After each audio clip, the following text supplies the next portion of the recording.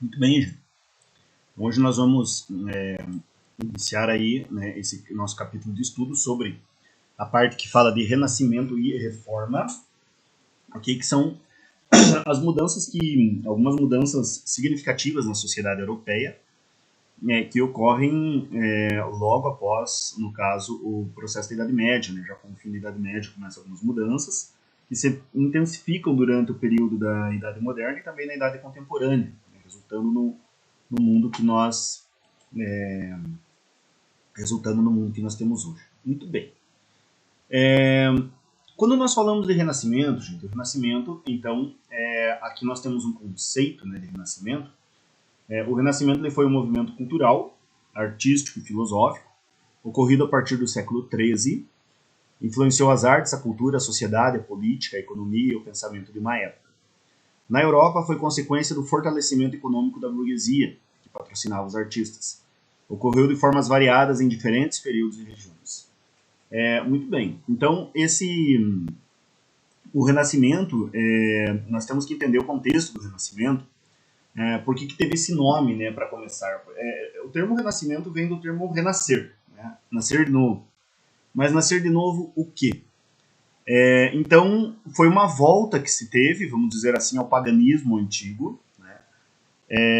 E essa volta se deu por meio das ideias propriamente que se difundiam na Europa na época e com a crescente oposição que se tinha à igreja também na época.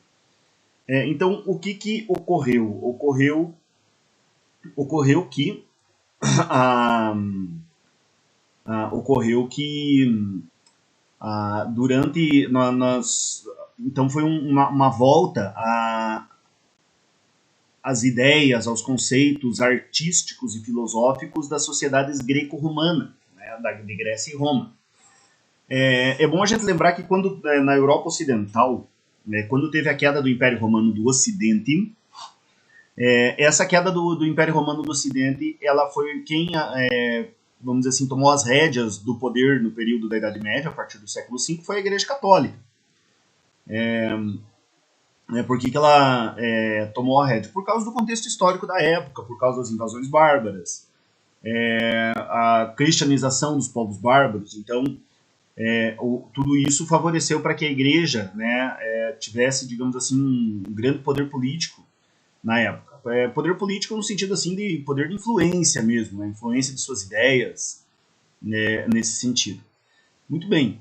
Então aqui já no período final da Idade Média, o que nós vamos ter? Nós vamos ter então, né, por parte de algumas pessoas, uma volta, vamos dizer assim, ao pensamento clássico, né, greco-romano, fazendo oposição propriamente à questão do pensamento religioso da Igreja Católica. Okay? Bem, que nós temos as características do Renascimento. Então vamos uma a uma. O humanismo, né, que nós temos aqui. Humanismo, então, ele diz assim, uma nova mentalidade voltada à valorização do ser humano e suas capacidades. No período da Idade Média, né, que antecede o Renascimento, a ideia propriamente da questão a ideia que se tinha, né, que eu quero só colocar aqui o humanismo junto com o antropocentrismo, tá bom? Então aqui nós temos, vou explicar elas juntas porque fica mais fácil aqui de nós interpretarmos. O antropocentrismo, então, é o homem no centro do universo. Na Idade Média nós tínhamos uma mentalidade de teocentrismo, né? Ou seja, é Deus no centro do universo, e não o homem propriamente. Então, essa mentalidade aqui, que tenta ser resgatada no período do humanismo, ou seja, no período do Renascimento, o antropocentrismo, essa característica ela bate de frente com a questão do humanismo. Por quê? Elas se complementam, né? Porque na Idade Média o que se valorizava eram as coisas voltadas a Deus, né? Então as coisas voltadas a Deus é que são importantes, a teologia, o conhecimento divino. Então aqui vai ser uma nova mentalidade voltada à valorização do ser humano e das suas capacidades, né? E não das coisas sagradas. Muito bem, o racionalismo. O racionalismo vem a ser um pensamento lógico, é o único caminho para o conhecimento, ou seja, em oposição à fé, né? Ou seja, para o renascentista, né, então o racionalismo é o caminho que chega ao conhecimento. Isso vai ficar mais enfatizado depois disso no Iluminismo, mas se contrapõe à fé. Por quê? Porque na Idade Média era a fé, né, que leva ao conhecimento. Eu acredito que os dois se complementam, mas, assim, é minha opinião, tá bom? Eu acho que não existe uma contradição entre racionalismo e fé, a não ser que seja feita uma análise superficial. Depois eu comento um pouquinho mais sobre isso. E a questão assim do classicismo, o que é isso? Retomada dos estudos sobre a antiguidade clássica. Por isso o nome Renascimento. O nome Renascimento vem dessa volta ao classicismo. Né? Classicismo, civilizações clássicas são o quê? As civilizações grega e romana. Então por isso que nós vamos ter, no caso, essa questão dessas ideias. Né? Aqui nós temos a obra A Escola de Atenas, né? No caso de Rafael Sanzio, né? que mostra, no caso, vários filósofos, né, gregos aqui que estariam, no caso, assim, aparentemente conversando, discutindo, né, as coisas do mundo, ou seja, o racionalismo, né, o humanismo, todas as coisas presentes, o classicismo, todas as coisas presentes aqui. Muito bem. Então o Renascimento, gente, ele vai ter a construção de identidade artística e cultural própria de um momento de intenso intercâmbio comercial e cultural entre regiões da Europa, da África, da Ásia e do Oriente Médio, né? O mundo ocidental mais o mundo oriental.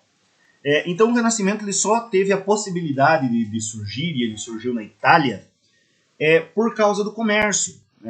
Então parece meio curioso isso, né? Porque essa mentalidade lucrativa ela vem por causa do comércio e por causa da questão do fortalecimento da classe burguesa.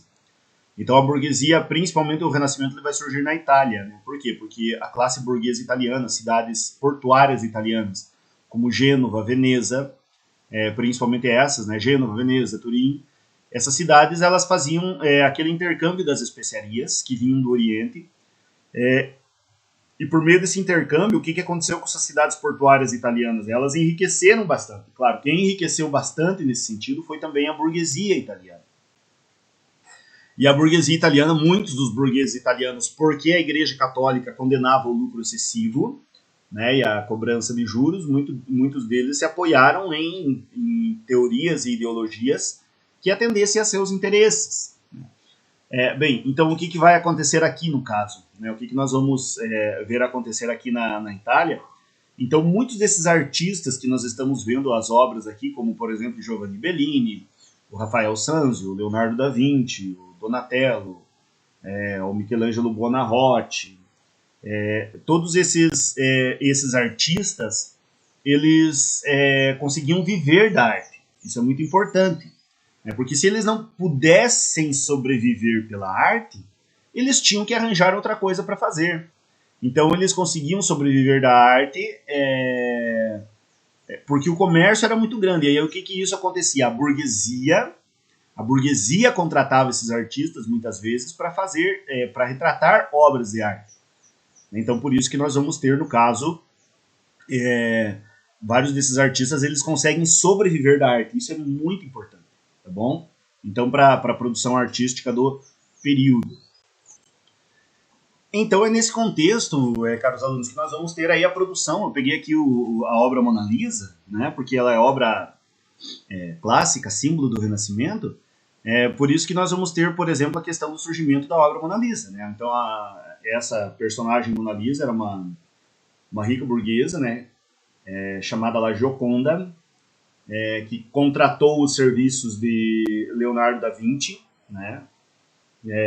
Ou seja, ela era uma mecena. O que é isso? Uma patrocinadora das artes. Eram assim que eram chamados os burgueses e todas as pessoas que patrocinavam as artes nesse período.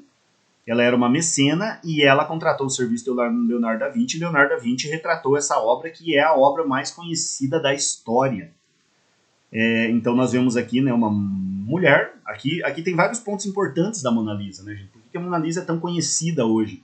Provavelmente a imagem que se tem da Mona Lisa no Museu do Louvre, em Paris, é a imagem original de Leonardo da Vinci. Então, por que ela é uma obra tão conhecida? Porque ela retrata todos os valores do Renascimento. Veja, então, propriamente, o que está sendo retratado aqui? Está sendo retratado uma mulher simples, né? Uma comerciante. Se fosse alguns anos antes, o que teria sido pintado como uma imagem de mulher? Uma imagem de uma mulher religiosa, uma santa, ou Nossa Senhora, geralmente. Aqui não, é uma imagem de uma mulher, vamos dizer assim, de uma mulher comum, não ligada à questão da religião. Nós percebemos algumas coisas na Mona Lisa, além de toda a questão da sensação de profundidade que nós temos, né, aqui na própria obra, que não era comum na época, né. Você percebe a questão da perspectiva, né, ou seja, o aparelho, o objeto que está mais à frente aparece mais ressaltado e a cena que está atrás aparece mais distante, e isso não era comum na Idade Média fazer isso, né? Então você percebe uma relação assim perfeita da questão do corpo, né? Procurar o realismo, né? Procurar retratar de uma forma realista a obra, além de técnicas que o Leonardo da Vinci inventa, vamos dizer assim, cria, né? Nesse período, como a questão propriamente a questão do esfumato, né, que é uma técnica que tem aqui o sombreamento dentro da própria obra pintada, e assim por diante, mas principalmente isso, ou seja, a Mona Lisa representa a principal característica do Renascimento, que é o antropocentrismo. Por quê? Porque não é pintada uma imagem religiosa, é pintada uma imagem de uma mulher simples, ok? Então, aqui que nós temos uma característica extremamente importante desse período renascentista. Muito bem, alunos, vamos seguir para frente. Questão da reforma religiosa. Pessoal, eu quero adiantar aqui para vocês que essa parte aqui que fala de reforma religiosa, a gente, infelizmente, tem vários conceitos equivocados aqui na apostila. Eu falo isso porque eu estudo essa parte. É a parte que eu estudo, que mais pessoalmente eu estudo, né, a parte de história da igreja. Eu gosto muito, eu sou fascinado por essa parte. E assim eu vejo que, infelizmente, existe dentro dos materiais didáticos de história, dentro da área de história, queridos alunos, vou falar assim para vocês, existe uma predominância do pensamento marxista, né, entre os professores, ou seja, então, e geralmente esse pessoal que é mais ligado à questão da ideologia marxista, que é mais ligado à questão da esquerda, o que acaba ocorrendo? Acaba ocorrendo que ele acaba ocorrendo no caso que eles são contrários ao posicionamento da igreja, eles não gostam da igreja católica, né? Nós tivemos agora recentemente aquelas manifestações do Chile que estavam comemorando 1 ano de insurreição comunista no Chile, e vocês viram que colocaram fogo na igreja, em 2 igrejas católicas históricas lá, né? Ou seja, fizeram uma barbárie. Eles que falam tanto em questão de tolerância e coisa, né? A tolerância para eles serve quando eles têm que ser tolerados. Agora, quando eles pensam diferente, aí não tem tolerância, né? Ou seja, desculpe falar, né? É um grupo extremamente hipócrita, né? Esse tipo de grupo aí. Mas, enfim, então eles basicamente não gostam propriamente da questão da Igreja Católica, né? Colocam a Igreja Católica como uma grande vilã da Idade Média, e não é isso, né? O papel do historiador não é isso, né? Claro, eu posso falar isso de carteirinha para vocês, porque eu fiz faculdade de História, eu tenho 4 especializações aí na área, gente, então eu sei do que estou dizendo, né? Estou sempre por dentro das fontes históricas aí, e assim, gente, não deixe, ok? Deixa eu falar uma coisa bem séria para vocês. Não deixe seu professor de história, né, estragar a tua fé, ok? A fé que você recebeu dos seus pais, que você recebeu da catequese, porque não queira pensar, aluno, em ser crítico, criticando a igreja. Estude bastante antes. Eu recomendaria alguns livros do professor Felipe Aquino, né, que é um professor de História da Igreja do Instituto Canção Nova, que ele tem uma obra chamada Para Entender a Inquisição, que é extremamente importante de ser lida, claro, não vai dar tempo de nós falarmos aqui. Uma outra obra fantástica que é chamada Uma História que Não é Contada, que mostra justamente um contraponto diferente.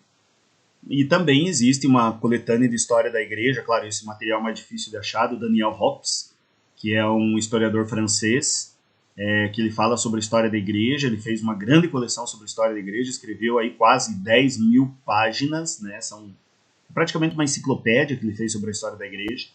E Daniel Hobbes, ele foi ele foi membro da Academia Francesa de Letras por causa dessa obra.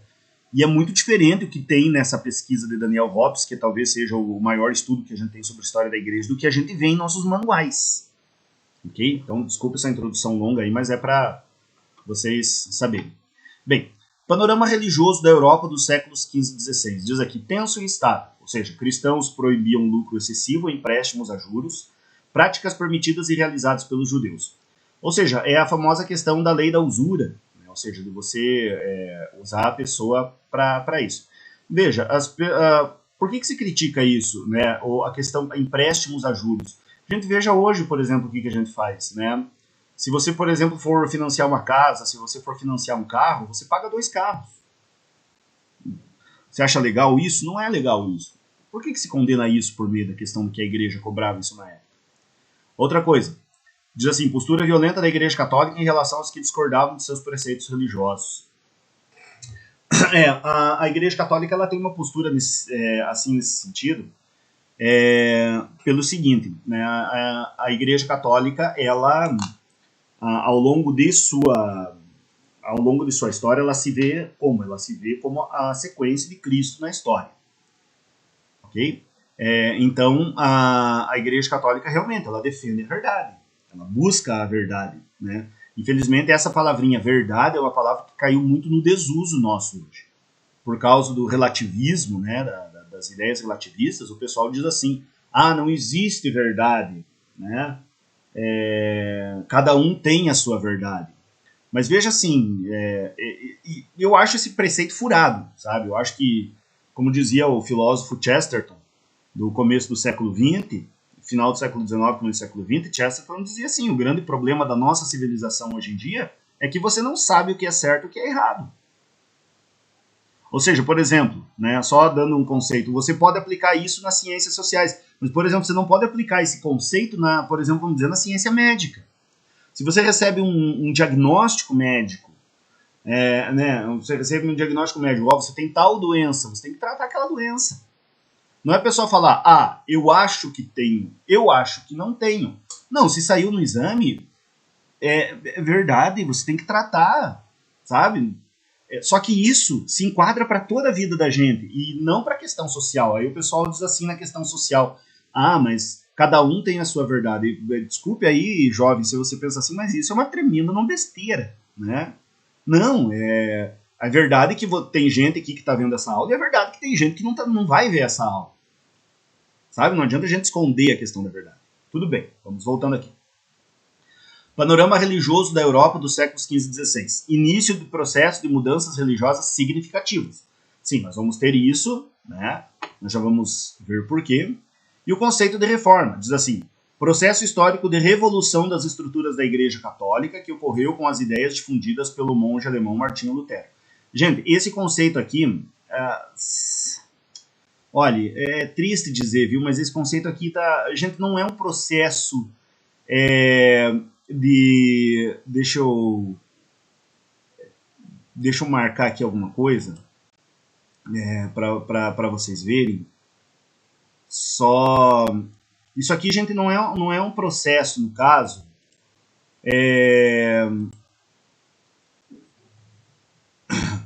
Ele não é um processo propriamente, gente, da questão de revolução das estruturas da igreja. Não, porque depois com a Contra-Reforma, preste bem atenção, diz aqui, processo histórico de revolução das estruturas da Igreja Católica.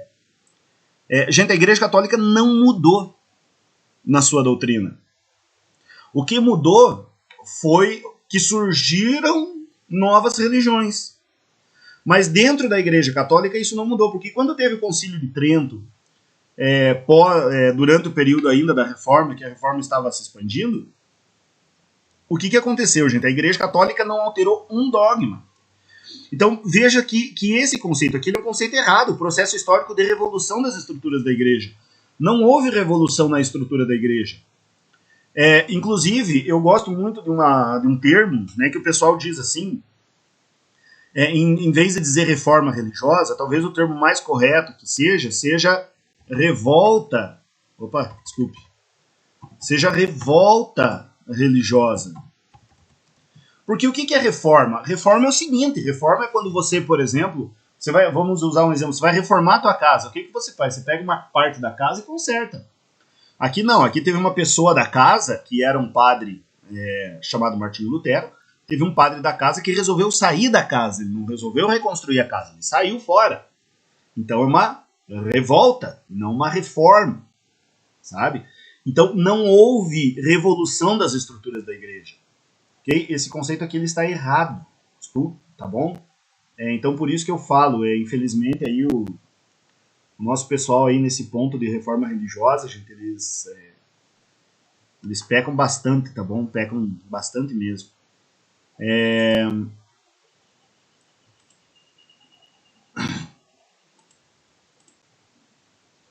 Muito bem. Vamos seguir adiante aqui. Então, contexto. Aqui, gente, aqui tem uma série de erros, tá bom? É triste falar isso, mas tem uma série de erros. Assim. Desde o século I, a Igreja Católica vivia as disputas internas pelo poder. Gente, isso aqui é mentira. Okay? Veja o seguinte, nós vamos ter, deixa eu falar para vocês por que é mentira isso. A Igreja Católica não teve disputas internas pelo poder. Vejam o seguinte, a Igreja Católica é uma instituição que permanece há 2000 anos. Ela é a instituição talvez mais antiga que nós temos no mundo hoje.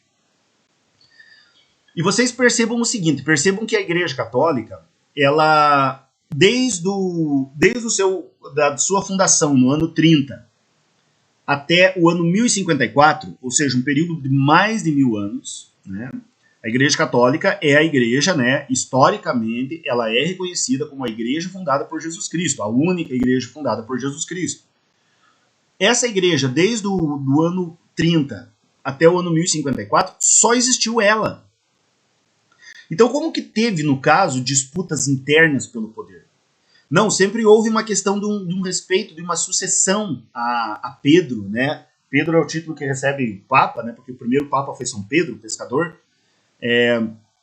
Então, aqui, gente, não houve isso. Teve disputas pelo poder na igreja, gente, a partir do final do primeiro milênio. Então, aqui, o erro histórico é muito grande.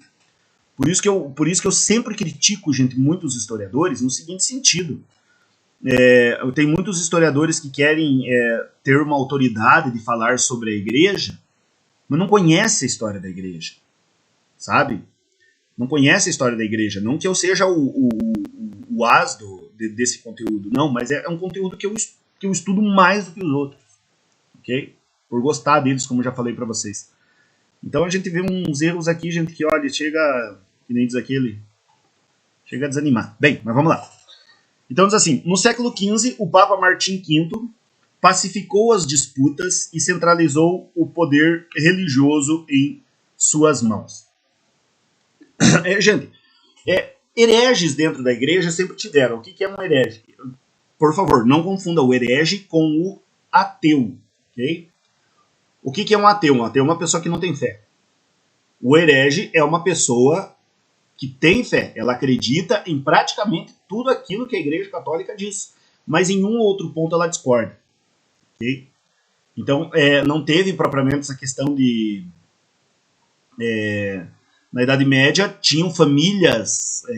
porque o Papa era reconhecido como a maior... Né, durante a Idade Média, o Papa ele era reconhecido como a maior autoridade que havia no mundo, okay? Por ser chefe da igreja.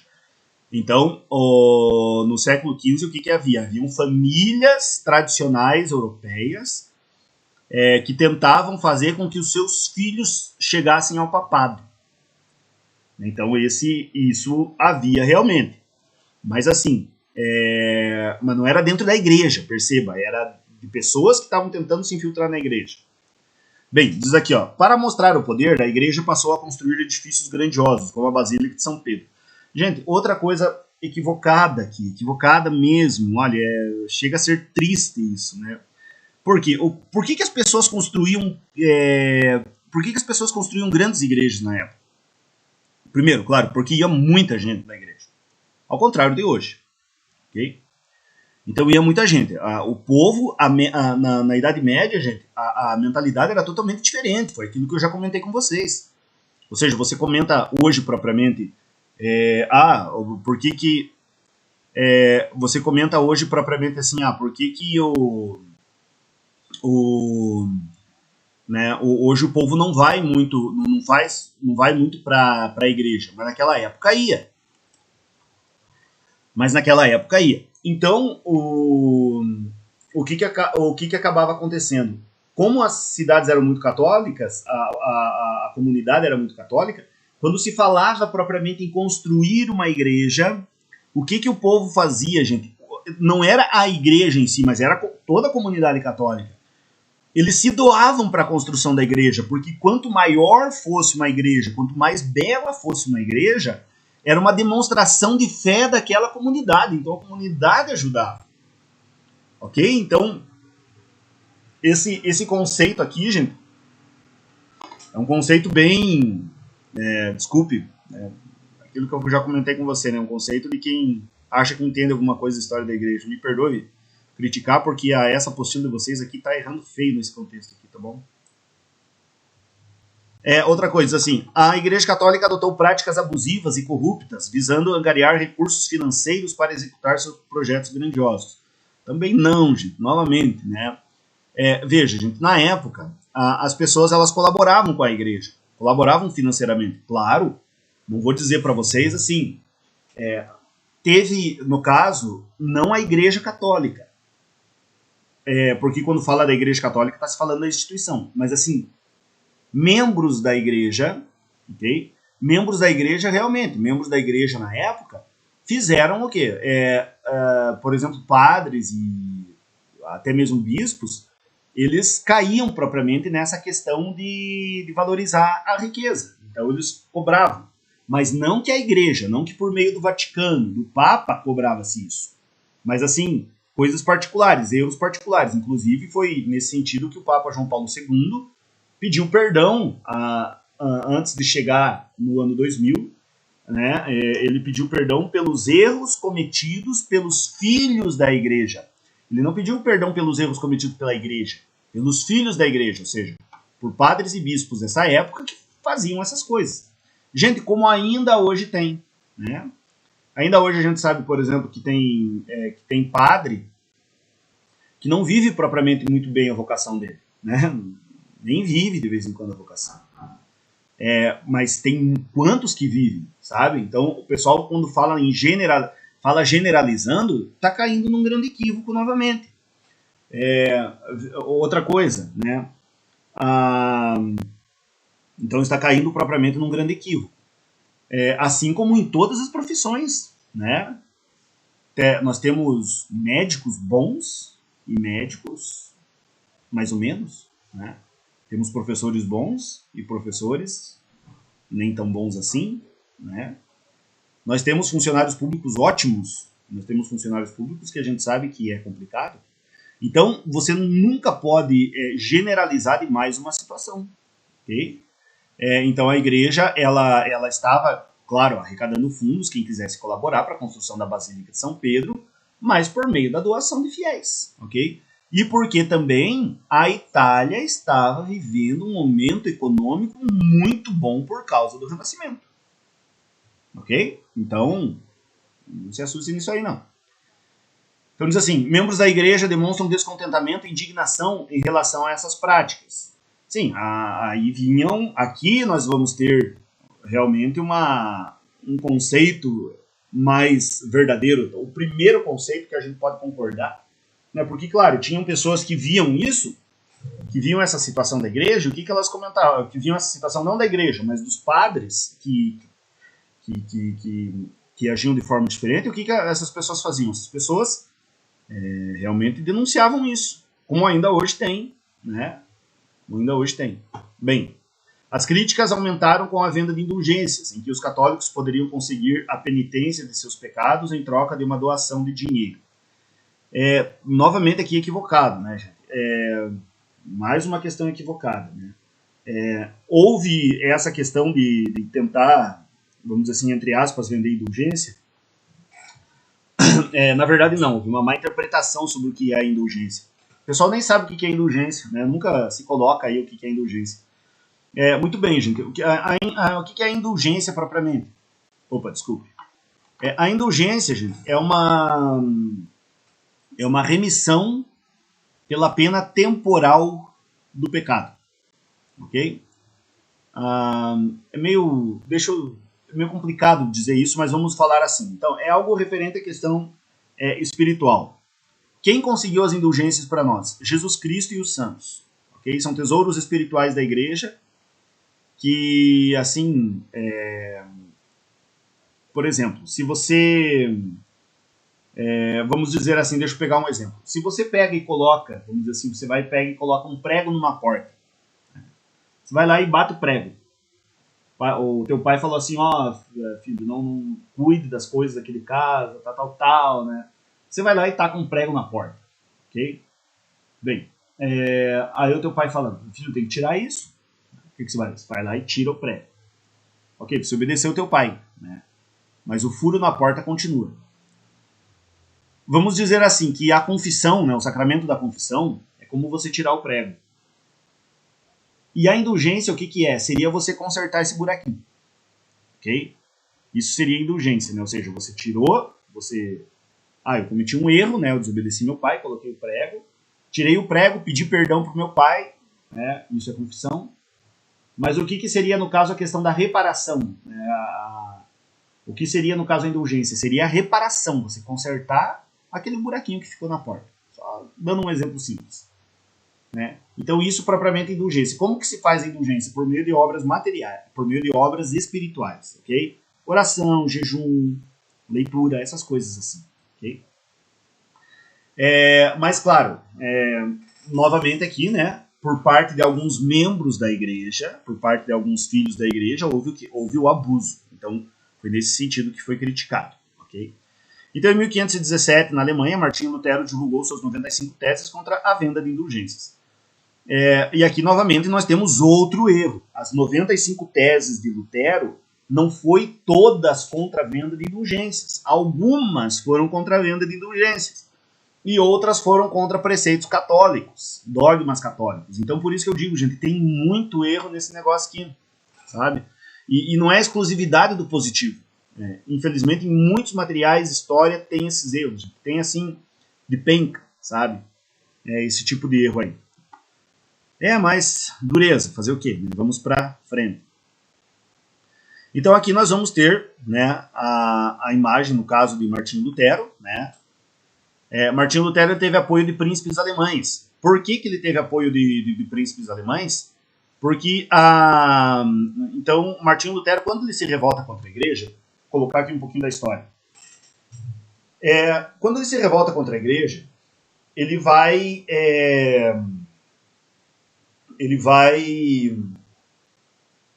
ele escreve as suas 95 teses, ele cola na porta da Catedral do Wittenberg, que era a cidade alemã que ele trabalhava como padre. E uma dessas cópias ele vai ser enviado para o Papa. Né? A porta da igreja, no caso, gente, era, vamos dizer assim, era o que é hoje para nós a internet. Ok? Então, onde tinha notícia, alguma coisa que as pessoas iam ver na porta da igreja, porque era uma sociedade teocêntrica, né? Então a igreja estava no centro, né? Geograficamente no centro da cidade, né? A matriz ali no centro da cidade, bem no centro, né? Como nós temos hoje em Prudentópolis, por exemplo, a igreja matriz, né? A matriz São João Batista, ela está no centro da cidade, é onde foi fundada a cidade, porque é essa ideia, né, de colocar Deus no centro de todas as coisas. E as pessoas, elas iam se informar das coisas aonde? Na porta da igreja, ok? Porque se colocava lá os cartazes, recados, tal, tudo se colocava na porta da igreja. Então era o que é para nós hoje a internet, sabe? Mais ou menos equivalente. Então ele coloca suas 95 teses na Catedral de Wittenberg, é enviado uma cópia disso para o Papa pede a retratação, Martinho Lutero queima essa resposta do Papa, e aí o que acaba acontecendo? Acaba acontecendo que Martinho Lutero vai ser excomungado, né? pela Igreja Católica. Bem, ele teve apoio dos príncipes alemães. Por quê, gente? Porque os príncipes alemães estavam interessados nas terras da Igreja Católica. Ok? Só por causa disso. Bem, então suas teorias se espalharam e deram origem a um processo de mudança de âmbito religioso. Na verdade, aproveitaram um tempo histórico. Lembre lá do Renascimento, que nós vimos ainda nessa aula, que a classe burguesa ela estava esperando alguma situação, no caso, para poder condenar a Igreja Católica para ela poder ter mais lucros, né? Então, quem que vai ser a pessoa que vai surgir dentro da igreja para isso? Martinho Lutero. Bem, entre suas ideias, salvação pela fé, sem haver intermediários. Sim, a questão aqui do Martinho Lutero é a questão da salvação pela fé, mas essa salvação pela fé, gente, é a mesma coisa da Igreja Católica. A pessoa se salva pela fé. Só que Martinho Lutero era assim, ele acreditava que nenhuma pessoa, por exemplo, poderia chegar à santidade. Então, você viveria a tua vida aqui, o que faria você ser salvo era você, vamos dizer assim, aceitar Jesus, conforme até hoje se usa essa expressão no meio de algumas igrejas protestantes, né? Então, o que faria você ser salvo era você aceitar Jesus Cristo. Bem, o que ocorreu então, gente? O que ocorreu então? Na Igreja Católica também, assim, é aceitar Jesus, no caso. Só que o que é a diferença do protestantismo? Do protestantismo é assim, eles não acreditam que a pessoa pode se santificar. Ou seja, você aceita Jesus, mas você pode continuar vivendo no pecado, tendo uma vida promíscua, tal, tudo isso, e que daí, quando você chegar a morrer, você vai ser salvo. E na Igreja Católica não é assim. Na Igreja Católica, se você tem a fé, você tem que mudar a tua vida. Existe um processo de conversão. Que não existe processo de conversão dentro do protestantismo. Bem, sem haver, no caso, intermediários. Livre interpretação da Bíblia. Gente, existe uma passagem na primeira carta de São Pedro, que diz assim que São Pedro já fala que toda profecia, né, da Escritura não é de interpretação pessoal. Por quê, gente? Porque para você estudar a Bíblia, você tem que saber, claro, algumas coisas são importantes para você estudar a Bíblia. Por exemplo, você ter também estudar um pouco da questão de como que era a língua e a gramática hebraica e aramaica, e grega. Saber que algumas palavras dessas línguas não têm tradução, por exemplo, para o português e para qualquer outra língua. Você saber que, por exemplo, alguns termos que são usados nessas línguas são termos diferentes dos termos que são usados para nós. Por exemplo, a palavra irmão na Bíblia. Irmão na Bíblia designa o quê? Designa propriamente todo tipo de parente próximo. Primo, tio, sobrinho, sabe? Tudo isso é irmão. Então na Bíblia lá fala dos irmãos de Jesus, né? Então, quem são os irmãos de Jesus? Né? Então tem lá no Evangelho de Marcos, realmente fala disso, os irmãos de Jesus. Mas agora, pensa uma coisa comigo. Pensa, já que eles defendem, o Renascimento defende muito o racionalismo, pensa um pouquinho, Jesus quando estava na cruz, que ele estava morrendo, ele entregou Maria aos cuidados de seu discípulo, João. Mas peraí, mas Jesus não tinha irmãos? Se Jesus tinha irmão, por que ele ia entregar a sua mãe aos cuidados de um discípulo? Sabe, gente, então, essas pessoas que aparecem ali na Bíblia como irmãos de Jesus são todos primos de Jesus. Okay? E isso na própria Bíblia comprova, pena que eu não tenho tempo de comentar isso aqui mais com vocês. Bem, realização de apenas 2 sacramentos, o batismo e a Eucaristia. Na verdade, a Eucaristia eles não acreditam, né? Na Igreja Católica se acredita que a Eucaristia é o corpo e o sangue de Cristo. Uma igreja luterana não, se acredita que é só um simbolismo, ok?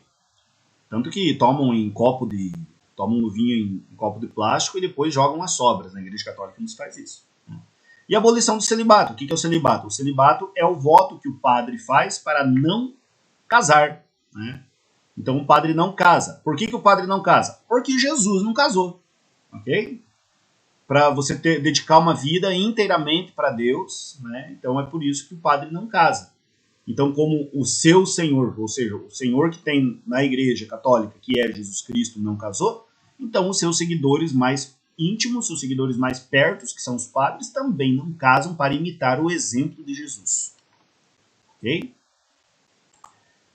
E também assim, gente, nós vamos ter dentro da reforma nós vamos ter ainda, né, a reforma na Inglaterra com o Henrique VIII, que vai ser um processo importante. Eu não vou comentar aqui porque já passou de 40 minutos a aula.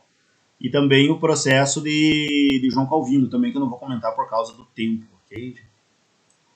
Muito bem, e diante de tudo isso, o que aconteceu, gente? Então a Igreja Católica, ela a Igreja Católica, ela reagiu, né, diante de tudo isso, por meio da Contra-Reforma. O que foi a Contra-Reforma? Diz aqui, reação da Igreja Católica contra o processo de mudança desencadeado pelas teses de Martinho Lutero, que diminuíram o poder das instituições e seu número de fiéis. Gente, eu prefiro falar assim, que a Contra-Reforma foi a reação da Igreja Católica diante do avanço protestante. Ok? A preocupação da Igreja Católica não é a preocupação com a quantidade de fiéis. Okay? Isso posso dizer por estudar para vocês. A preocupação da Igreja Católica é em defender a verdade. Esse é o objetivo da Igreja, e levar o maior número possível de pessoas ao céu. Mas então eu prefiro essa definição minha, né? É a reação da Igreja diante do avanço protestante. Bem, ela se deu por meio de dois principais motivos, duas medidas. A realização do Concílio de Trento e a aprovação da Ordem da Companhia de Jesus. Gente, novamente, aqui mais um erro histórico. Gente, me dá uma raiva isso aqui de vez em quando. Gente, a Companhia de Jesus não tem nada a ver com o Concílio de Trento. O Concílio de Trento é nessa data aqui mesmo, 1545, 1563. Mas a Companhia de Jesus, gente, ela foi, no caso, a Companhia... Opa, vou colocar mais aqui em cima. A Companhia de Jesus, gente, ela é de 1534 a aprovação dela, ok? Então ela não é dentro do contexto do Concílio de Trento. Veja, aqui está colocando pelo esquema como se o Concílio de Trento criou a Companhia de Jesus, e não é isso. A Companhia de Jesus foi criada antes do Concílio de Trento. Então, sabe, são erros assim, gente, é básico esses erros aqui. Por isso que eu fico fulo da vida com esses conteúdos aí. O povo quer ser crítico, quer criticar a igreja e não estuda história. Putz, é dureza isso, sabe? Infelizmente tem muitos colegas de profissão aí que chega da pena, ok? Desculpe, né? Não que seja, volto a dizer, não que eu seja bonzão, mas principalmente nesse ponto aqui, gente, é dureza. Bem, então o que o Concílio de Trento, o que ele fez, gente? Aqui que eu digo para vocês, o Concílio de Trento, gente, então o que é um concílio? Um concílio é uma reunião, né? Uma grande reunião que é feita, claro, essa reunião, os padres e bispos não ficaram 20 anos lá, né? 18 anos aqui no caso, não ficaram 18 anos lá trancados e discutindo tudo, não. Tinha viagens, eles iam para Trento, que foi a sede da reunião, voltavam para suas dioceses e assim por diante. O que foi discutido nisso, gente? A Igreja Católica, preste bem atenção aqui, a Igreja Católica ela reviu toda a sua doutrina. E sabe o que ela mudou da doutrina? Nada. Não mudou nada na doutrina. Então aqui tem um ponto importante, ou seja, a igreja não mudou nada da doutrina. O que a igreja mudou? Mudou um pouco da sua forma de agir. Por exemplo, o que tinha na época? Tinha muitos padres que eram ordenados padres que não eram vocacionados. Que foi ser padre porque o pai pediu. Porque as famílias na época eram patriarcais, principalmente as famílias de classe rica. Então, muitas vezes as pessoas não tinham vocação para ser padre. Mas ia por quê? Porque o pai pediu. Então o que acabava acontecendo? Acabava acontecendo que essas pessoas que faziam isso, gente, no caso essas pessoas que faziam isso, elas acabavam, quando iam crescendo, elas iam vendo, puxa, mas não era isso que eu queria da vida. E daí elas começavam a cometer abuso. Né? Principalmente na parte da questão da sexualidade, eles começavam a ter caso, era padre que ia pra zona, por falar assim, mas é isso mesmo, né? Ou seja, e as pessoas viam, era gente que era bastante apegada ao dinheiro, então eram padres não vocacionados, por isso que deu todos esses problemas de escândalo nesse período. Ainda hoje, como a gente tem, né, gente? Né? Ou seja, teve caso de bastante padre, no caso, né? De alguns padres aí, inclusive alguns bispos, no caso que teve escândalo, por exemplo, de escândalo financeiro, escândalo sexual, os casos de pedofilia. Eu acho engraçado que não se comenta muito desses casos de pedofilia no CA, quando tem propriamente, dentro de outras igrejas protestantes, né, dentro do islamismo, né, não se comenta dos casos de pedofilia, que tem também, né, ninguém fala nada, né, só na igreja católica que acontece isso, né, ou seja, sempre generalizando. Bem, então o que a igreja também criou nessa época, gente? Aqui, eles mudaram o nome, né, Tribunal do Santo Ofício, ok, que era a Inquisição. Esse Tribunal do Santo Ofício, gente, ó, veja, ele também, novamente, gente, mais um erro aqui, gente. O Tribunal do Santo Ofício ele foi criado no ano de 1231, gente, não foi criado no Concílio de Trento. Sabe, foi para condenar a teoria dos albigenses no período da Idade Média. Aqui ele mudou o nome para Tribunal da Santa Inquisição. E outra coisa, quem que o Tribunal da Santa Inquisição julgava? Só os católicos hereges. Quem não era católico não era julgado. Ok? Todas essas partes aí. O pessoal que é da linha de direito, gente, quem estuda isso está na obra do Daniel Hopes, que eu citei no começo, a Inquisição, gente, era o tribunal da época, era o tribunal mais... a gente tem que tentar estudar isso na época como se fosse o quê, gente? Como dentro do contexto histórico da época, ok? Então o pessoal inventa que na Inquisição teve um monte de tortura, não sei o que lá. Não, gente, isso aí era dos tribunais civis. E é bom dizer também que na Europa, nesse período, gente, você julgava no tribunal civil, vamos dizer entre aspas, um crime religioso. Porque a sociedade era muito religiosa, então o conceito de crime era diferente do conceito que nós temos hoje. Ok?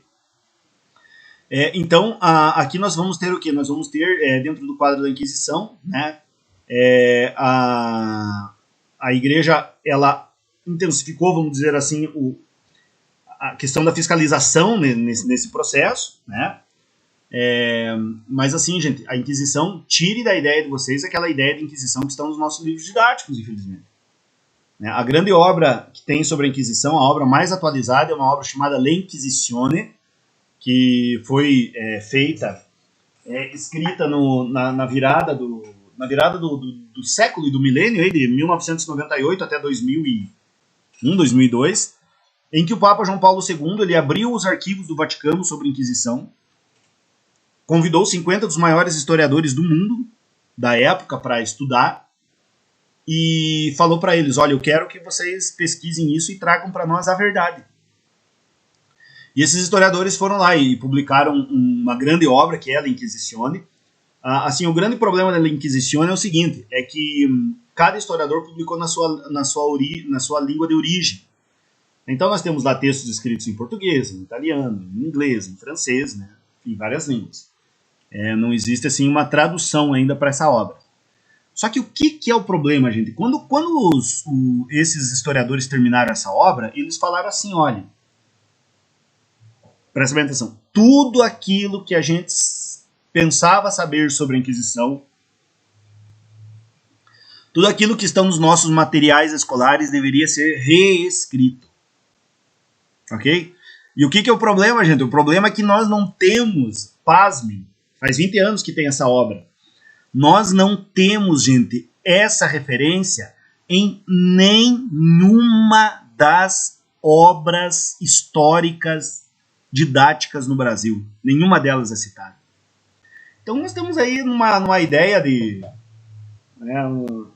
numa ideia de pessoas que acham que ser revolucionário é criticar a igreja. É uma tristeza isso, né? É uma tristeza do Jeca. Mas, enfim, vamos para frente. A igreja ela criou a questão do índice de livros proibidos, né, o Index, né, que eram livros proibidos para católicos, né, se chama Index Librorum Prohibitorum, né, que eram livros proibidos para católicos lerem. Lembrando que a maior parte das pessoas da época eram analfabetas, né, e geralmente quem lia eram as pessoas que estavam estudando para ser padre. E nós vamos ter aqui também a questão da Companhia de Jesus, né, que como eu disse, não é a criação do Concílio de Trento, né, que foi uma ordem religiosa fundada por Santo Inácio de Loyola, que tem muita questão da disciplina e do estudo, né, são os famosos padres jesuítas, inclusive, que vieram para o Brasil. E que, novamente, né, a gente tem uma série de erros nisso aqui. Esses padres eles vieram, por exemplo, catequizar os índios da América, e aqui no Brasil, e as pessoas falavam, os padres vieram atrás do ouro, né, do índio atrás de ter novos fiéis, para eles pagarem o dízimo e a igreja ficar mais rica. Gente, ouro no Brasil foi descoberto na década de 1660. 160 anos após o descobrimento do Brasil. Que riqueza que o índio tinha para dar para a igreja? Nenhuma. Os padres vieram para catequizar mesmo, gente. Então, assim, umas idiotices do tamanho do mundo, assim, que, desculpe, eu tô comentando com vocês, mas eu fico nervoso com isso, né? Fico nervoso, fico bravo, porque a gente tá vendo um monte de mentira sendo falada, né? Só por causa disso. Então, dos jesuítas, o mais conhecido de todos, né, os jesuítas que nós temos, né, além do Santo Inácio, hoje é o Papa Francisco, né? O Papa Francisco é dessa ordem. Bem, e outra coisa, eu comentei assim que o Concílio de Trento ele procurou mudar o que, gente? Ele procurou mudar, no caso,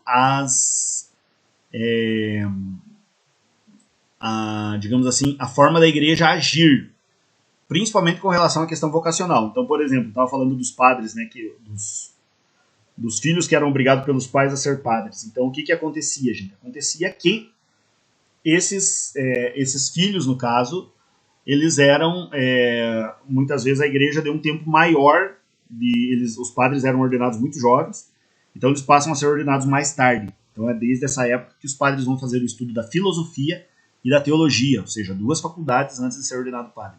Hoje, gente, isso é desde o Concílio de Trento, hoje um padre não é ordenado antes de 25 anos. Tá? A não ser por um mandato expresso do Papa. Mas enfim, pessoal, é isso, né? Desculpe alguma coisa.